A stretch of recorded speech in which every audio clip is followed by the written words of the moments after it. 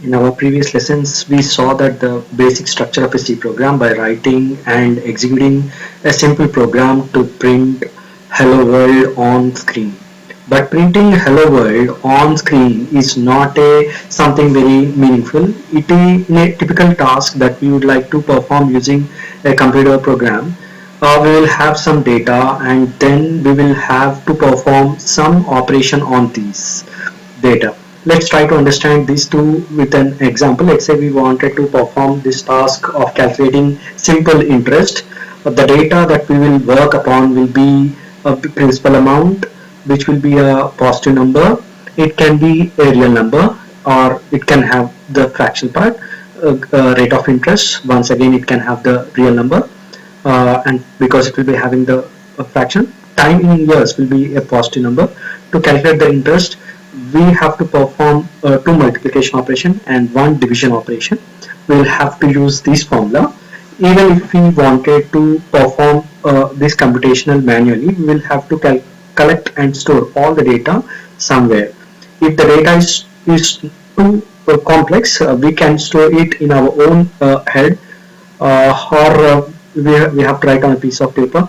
Now when we will perform the operation on the data, then new value will be created and will be stored either in our memory or on a piece of paper. Now if we will try to solve such a problem using computer program, first of all the data that we wanted to work upon should be computer memory, and if some operation is performed, newly created data once again has to be inserted, modified and updated in computer's memory.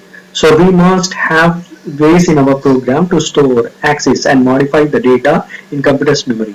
If you look at this expression here, that is P into R into T, these are the variables by general definition that can change.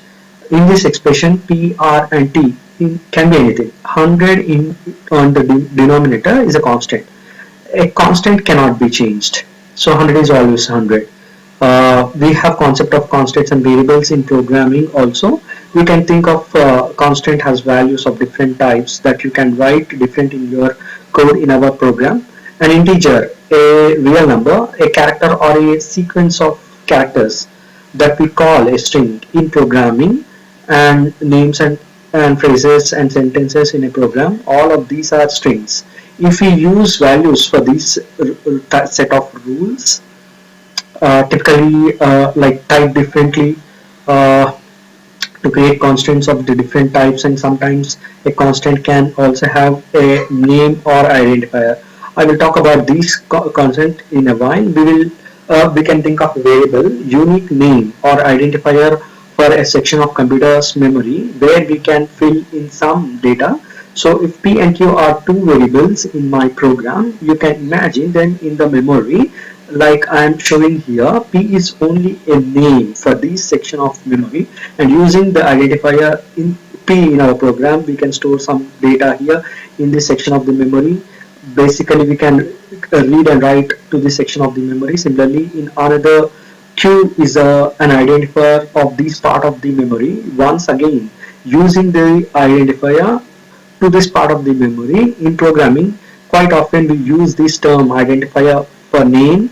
That's why I'm saying identifier a lot of times. Once again, to create and work with the variables, we have to follow the rules of the language. Constants and variables in our program mean to store and represent data.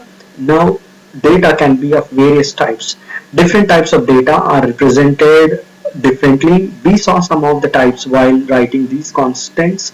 Data can be a number, sometimes an integer, sometimes a real number. Data can be a word, phrase or some sentence, and there can be all kinds of complex forms of data and kind of operation that you perform on different types of is will be different. Moreover, any data that has to be stored in a computer's memory has to be binary, has to be a pattern of ones and zeros. Any data from the real has to be encoded and converted into the binary, and then it can be stored in the data. We will talk about there will be different types of data in detail later. For now, just to understand that different types of data are stored differently. in computer's memory. A constant or variable in a program must be a different defined data type. A programming language gives us the definition for some basic data types that we call primitive types, and then the language gives us tools to create complex types or composite types using primitive types. So primitive types are already defined in the language, and composite types need to be defined by us. In our initial lessons, we will mostly be talking about the primitive types. The most famous primitive types are of integer, char for character, float uh, for real numbers, and there another one real numbers. It's called double, int, char, float, double. All of these are keywords. Keywords are reserved words that are always used in a program for a specific purpose with a specific meaning. So these keywords will always be used to mark the data type of something. There are some other primitive types in C we'll talk about later.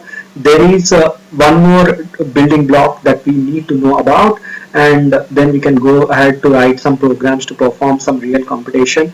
We must know operator, constants, and variables are means to store and present data. Operators specifies what to do with the data, what operation to perform with the data. I will list out some of the operators. Operators are also the different types.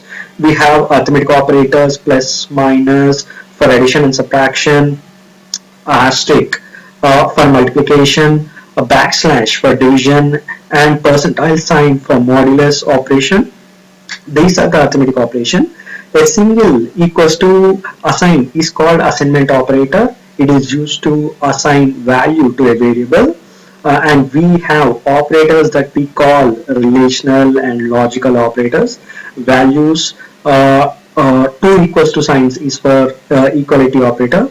If you want to compare two values for equality, we use two equals to signs, and this is a logical operator. And we have operators like less than, greater than, less than or equals to, greater than or equals to.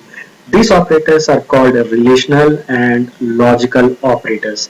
We will get to know operators when we will be using in a real program.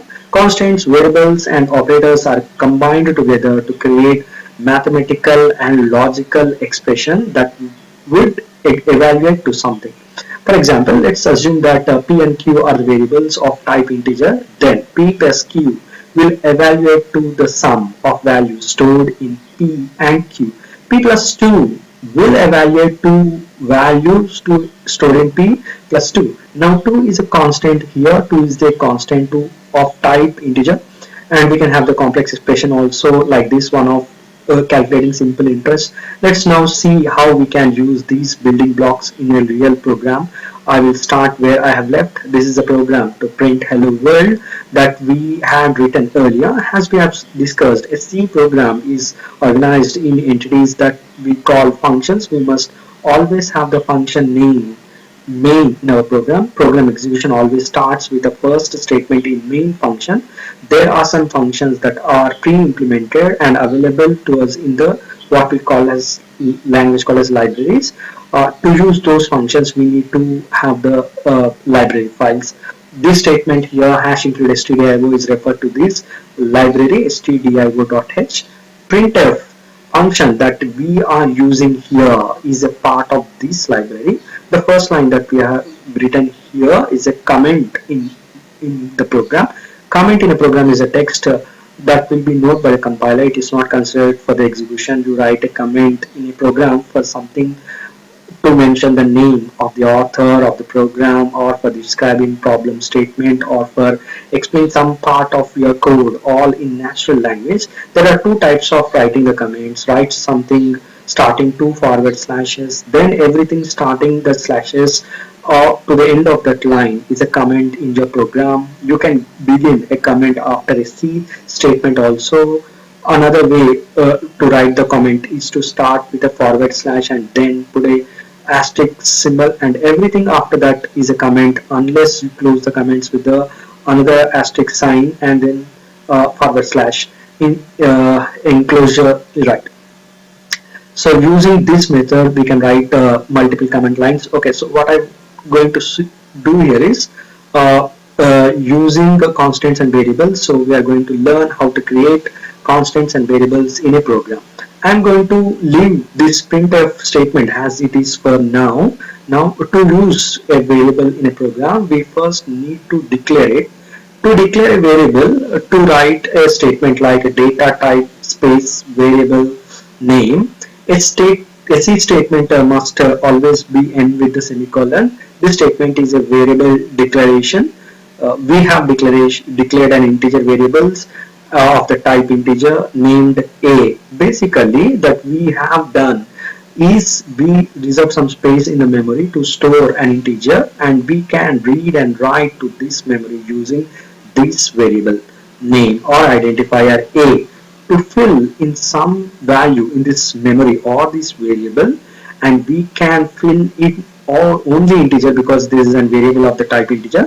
We can write a statement like a equal some constant a semicolon to end the statement. Filling in some data initially in a variable is called initializing the variable. The statement a equals to 12 is an initialization.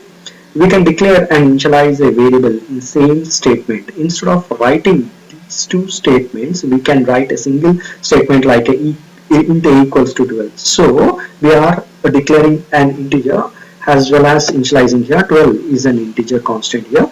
As we have seen, constants of different types are written differently. This hello world here is also a constant with a constant type of string. String is not a primitive data type. It is a composite data type. String is a sequence of characters. Character is a primitive data type. A string constant is always written as a sequence of characters within double quotes. This string constant is begin passed to print functions as arguments when we pass something to a function argument to a function, and a function can take more than one argument. It can take more arguments. So what I'm going to do here is I'm going to change the constant.